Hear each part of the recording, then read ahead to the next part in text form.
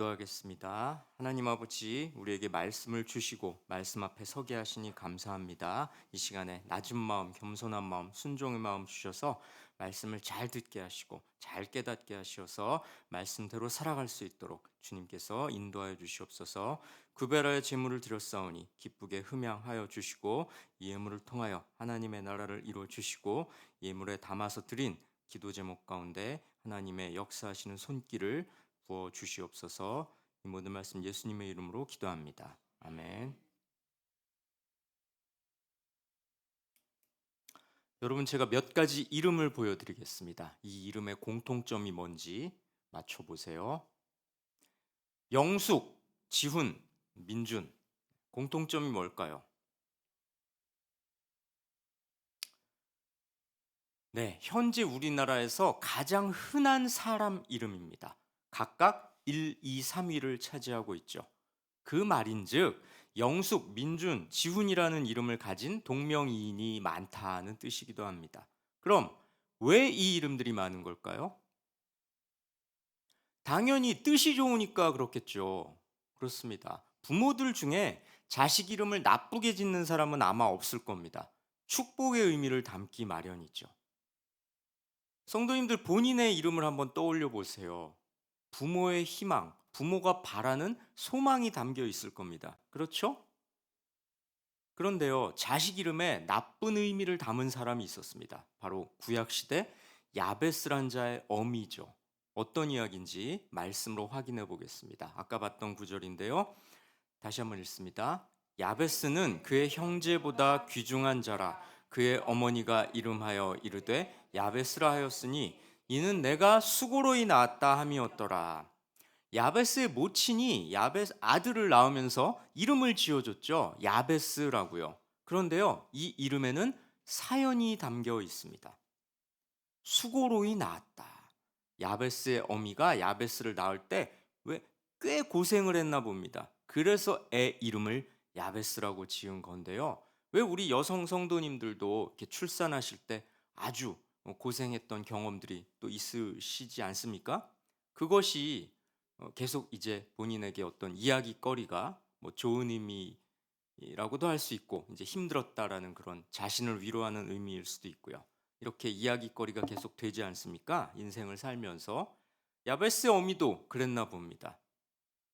야베스가 무슨 뜻이냐면요, 고통이라는 뜻입니다. 세상에 자식 이름을 고통이라고 짓다니.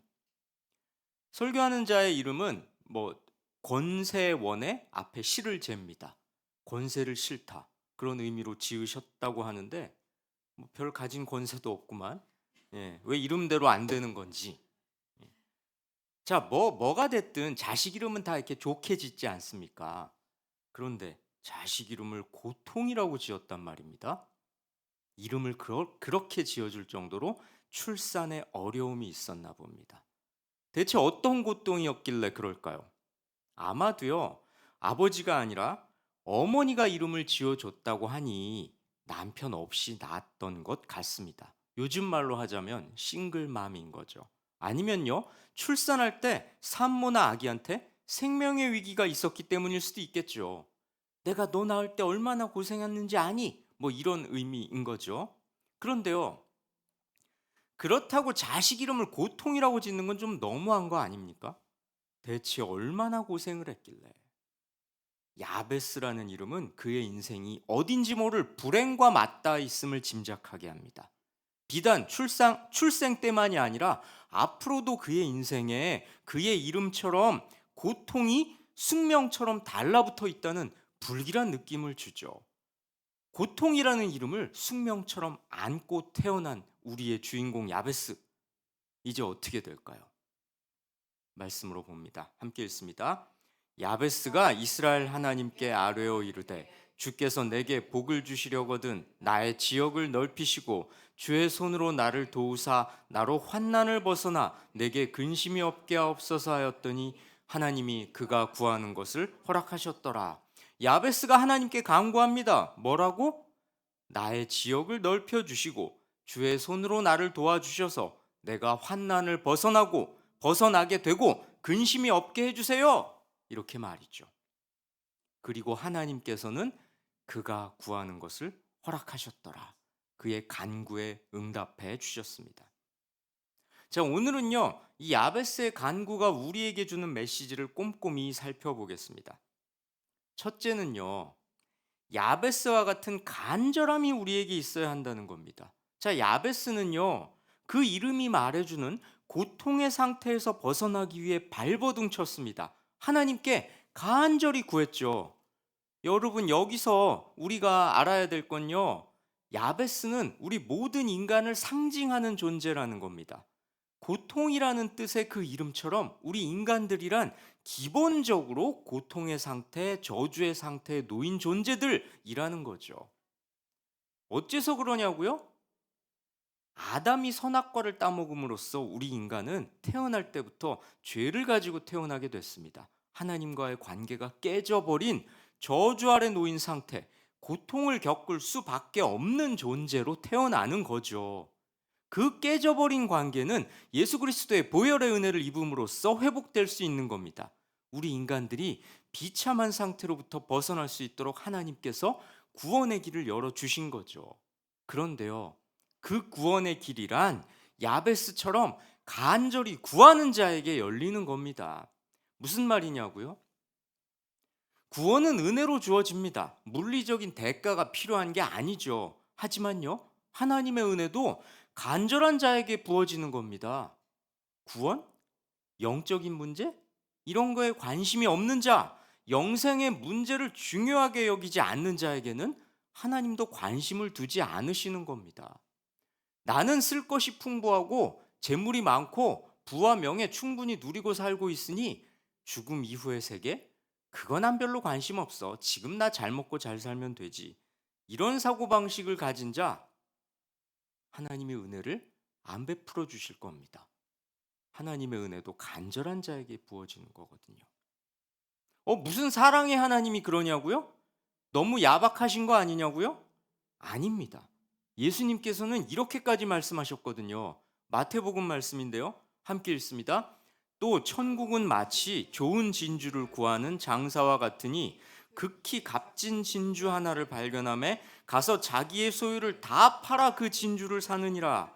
천국이란 자기 소유를 다 팔아서라도 사야 하는 것이라고 예수님은 말씀하셨습니다. 그 정도로 소중하게 여기고 간절하게 얻고자 하는 자에게 주어지는 게 천국이라는 거죠. 여러분은 어떠십니까? 천국을 그토록 구하고 계십니까? 제가 강단에서 몇 차례 말씀드린 적이 있는 것 같은데요. 저는 이 구절을 굉장히 좋아하고 또 무겁게 받아들이고 있습니다. 그런데요, 아시다시피 이 구절은 유명한 찬양의 가사가 되어지지 않았습니까? 천국은 마치 밭에 감추인 보화. 우리가 흥겹게 많이 부르죠. 특히 아동들이 이렇게 율동하면서 많이 부릅니다. 찬양대 때 보니까 우리 장년 성도님들도 뛰면서 열심히 하시더구만요. 우리가 아이들과 함께 이 찬양을 부를 때는 그저 흥겹게 부르는 것 같습니다. 그런데요, 그 가사의 의미는 굉장히 묵직하고 우리의 심령을 이렇게 후벼 파는 그런 찬양인 겁니다. 네 재산을 다 팔아서라도 천국에 들어가기를 힘써야 돼. 그게 하늘나라의 원리야 라고 예수님이 말씀하셨다니까요. 전 재산을 팔라고 말씀하셨습니다. 그런데 우리는요, 천국을 그토록 구하고 있습니까? 너무 손쉽게 가볍게 생각하는 거 아닙니까? 오늘날 많은 사람들이 천국에 대해서, 영생에 대해서, 죽음 이후의 문제에 대해서 별 관심이 없습니다. 왜 그러는 걸까요? 이유는 이걸 겁니다.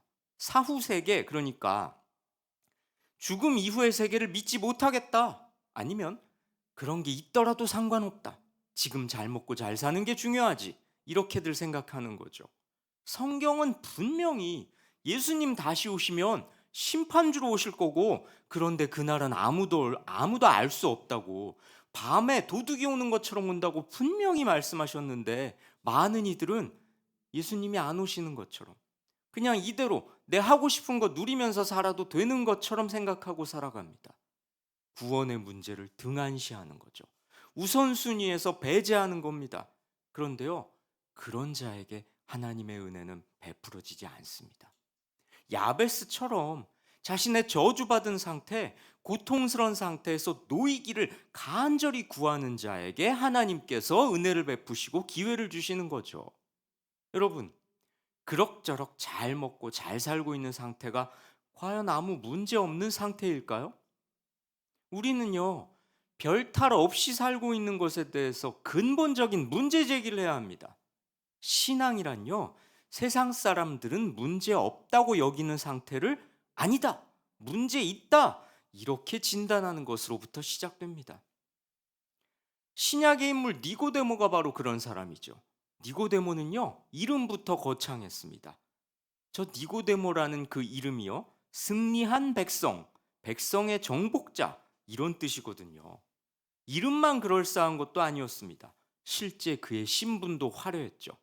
바리새인이자 공회 의원이었습니다. 당시 사회에서 신분상으로 꿀릴 게 전혀 없는, 어깨에 힘 좀 줘도 되는 사람이었죠. 모두가 부러워할 만한 사회적 지위에 있던 자입니다. 하지만 니고데모는 자신의 상태가 문제 없다고 생각하지 않았습니다. 구원에 대해, 진리에 대해 갈급했죠. 예수님을 찾아옵니다. 뭐 하러? 예수님한테 배우려고. 예수님을 찾아와서 거듭남의 진리를 배웠죠. 그 후 예수님을 주님으로 모시고 충성하는 자가 됐습니다. 니고데모는요, 당시 바리새인들과는 다르게 영생을 얻는 자가 되지 않았을까요? 성도 여러분, 명심하시기 바랍니다. 니고데모처럼 자신의 상태를 바로 진단하는 자가 되시기 바랍니다. 야베스처럼 간절하게 구하는 자, 발버둥 치는 자가 되시기 바랍니다. 자, 그런데요, 야베스가 무엇을 구했는지 말씀을 다시 한번 볼까요? 함께 읽습니다. 야베스가 이스라엘 하나님께 아뢰어 이르되 주께서 내게 복을 주시려거든 나의 지역을 넓히시고. 야베스가 지금 뭘 요구합니까? 내게 복을 주시려거든 나의 지역을 넓히시고. 나한테 복을 주세요. 그런데 내 땅을 넓혀주세요.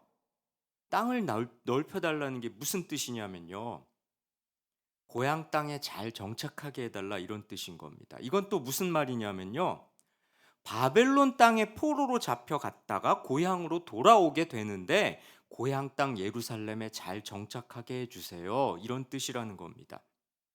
자, 여러분, 그런데요, 구약에서 땅을 얻는다, 땅을 차지한다, 이런 말이 나오면요, 우리는 이걸 천국에 들어간다, 영생을 얻는다, 이런 개념으로 이해해야 됩니다. 복잡하다고요? 그렇지 않습니다. 지금은 교리 공부 시간이 아니니까요, 그냥 쉽게 이렇게 생각하시면 됩니다. 야베스는 땅을 얻기를 구했고 이 야베스의 모습이란 천국 얻기를 구하는 모습이다, 이렇게 생각하시면 됩니다. 여러분, 야베스가 뭘 구했다고요? 부자 되기를 구했나요? 출세하기를 구했나요? 아닙니다. 고향 땅을 구했습니다. 야베스가 구한 고향 땅이란 우리에게는 마침내 가야 할 영원한 고향, 하늘 고향, 천국을 의미하는 겁니다. 그러니 여러분, 우리가 뭘 간절히 구해야 하겠습니까? 내 형편이 나아지기를, 돈 많이 벌기를, 어서 빨리 아파트 평수 늘리기를, 어서 빨리 승진하기를, 좋은 대학 가기를, 이런 것들을 구하는 건 하나님의 관심사가 아닙니다. 얼마 전에 흥미로운 뉴스를 봤습니다. 근래에 수능 시험이 있었죠. 시험 날 각각 다른 종교들이 모두 같은 제목으로 기도한다는 겁니다. 기독교, 천주교, 불교를 취재했더라고요. 기독교인은 이렇게 말했다고 합니다. 하나님의 은혜가 함께 하셔서 손을 정답으로 전부 다 이끌어 주시길 바란다. 천주교인은요, 예수님의 힘으로 노력한 것 이상의 좋은 결과를 얻게 해달라. 불교에서는요, 승려께서 기도회를 진행하면서 이런 멘트를 했다고 합니다. 아버지, 어머니, 고모, 누구든지 기도하면 에너지와 힘이 수험생에게 반드시 전달된다. 다들 집중해서 열심히 기도하자. 여러분, 어떠십니까? 성경의 가르침에 비춰볼 때요, 저 중에 하나님의 마음에 드는 기도는 단 하나도 없어 보입니다. 물론 하나님은 자비로우신 분입니다. 하지만요, 수험생의 손을 정답으로 막 이끄시는 분은 아닙니다. 틀린 걸 쓰려고 하는데 막 이렇게 이끄시고, 그런 하나님은 성경에는 없습니다. 그걸 하나님의 은혜라고 말할 수도 없고요. 하나님의 은혜란 우리에게 구원자 예수 그리스도를 보내주신 겁니다. 예수님의 힘으로 노력한 것 이상의 결과를 얻게 해달라고요? 아니, 공의로우신 그분이 노력한 것만큼의 점수를 주시지 노력한 것 이상의 결과를 왜 주십니까? 그리고 그걸 위해 예수님의 힘을 빌리겠다고요? 여러분, 예수님은 그런 분이 아닙니다. 그렇게 우리가 막 사용할 수 있는 분이 아니고요. 그런 식으로 우리의 잘못된 욕망을 위해 그분을 사용하려고 들어서도 안 되죠. 기도하면 에너지와 힘이 전달된다고요? 무슨 모세와 아론입니까? 기도는요, 하나님의 뜻이 이루어지길 구하는 거고요. 하나님의 뜻대로 내가 행할 수 있도록 도움을 구하는 겁니다. 성도 여러분, 오늘 우리는 야베스의 기도를 살펴봤습니다. 야베스의 기도는 우리에게 가르쳐 줍니다. 간절함이 있어야 한다고요. 하늘나라는 간절히 찾고 구하는 자에게 열리는 겁니다. 구원을 향한 소망, 천국을 간절히 사모하는 마음, 내 모든 걸 팔아서라도 사고 싶어 할 정도로 귀하게 여기고 갖고자 하는 자에게 하나님의 은혜가 베풀어지는 겁니다. 야베스의 기도는 우리에게 그런 사모함을 가지라고, 그런 간절함, 그런 사모함을 가지라고 가르치고 있습니다. 그런데요, 설교자가 보기에 오늘날의 기독교인들 중에 그런 간절함이 안 보이는 분들이 너무 많습니다. 너무 손쉽게 기독교를 생각합니다. 그러니까 주일날 다른 곳에 놀러 가는 거를 여사로 여깁니다. 제 기준으로 간절하다면 저는 그럴 수는 없을 것 같다고 생각합니다. 죄송하지만 그런 간절함이 있다면 그렇게 쉽게 주일날 여행을 가지는 않을 것 같아요. 그렇게 손쉽게 다른 약속이 있다며 예배를 이순위로 밀어내지는 않을 것 같습니다. 왜 그럴까요? 간절함이 없기 때문입니다. 혹시 구원은 따놓은 당상이라고 생각하십니까? 장로교의 견인교리는 그런 게 아닙니다. 제목만 들으셨나 봅니다. 대충 살아도 구원받는다고. 칼빈은 그렇게 말하지 않았습니다. 칼빈보다 칼빈의 구원자이신 예수님도 그렇게 가르치진 않았습니다. 여러분, 간절함이 있어야 한다고 야베스는 우리에게 분명히 가르쳐주고 있습니다. 그리고요, 내 욕망이 이루어지기를 떼쓰듯이 부르짖지 말고 하나님의 뜻이 이루어지기를, 하늘 소망을 구할 것을 넌지시 촉구하고 있죠. 그런 자에게 하나님께서는 구하지 않은 것까지도 넉넉히 채워주실 겁니다.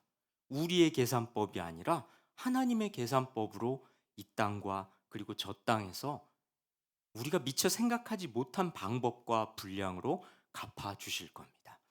이 말씀 가슴에 새기시고 하나님이 원하시는 기도를 드리는 믿음의 사람으로 살아가시길 주님의 이름으로 권면하고 축원합니다. 찬양하시고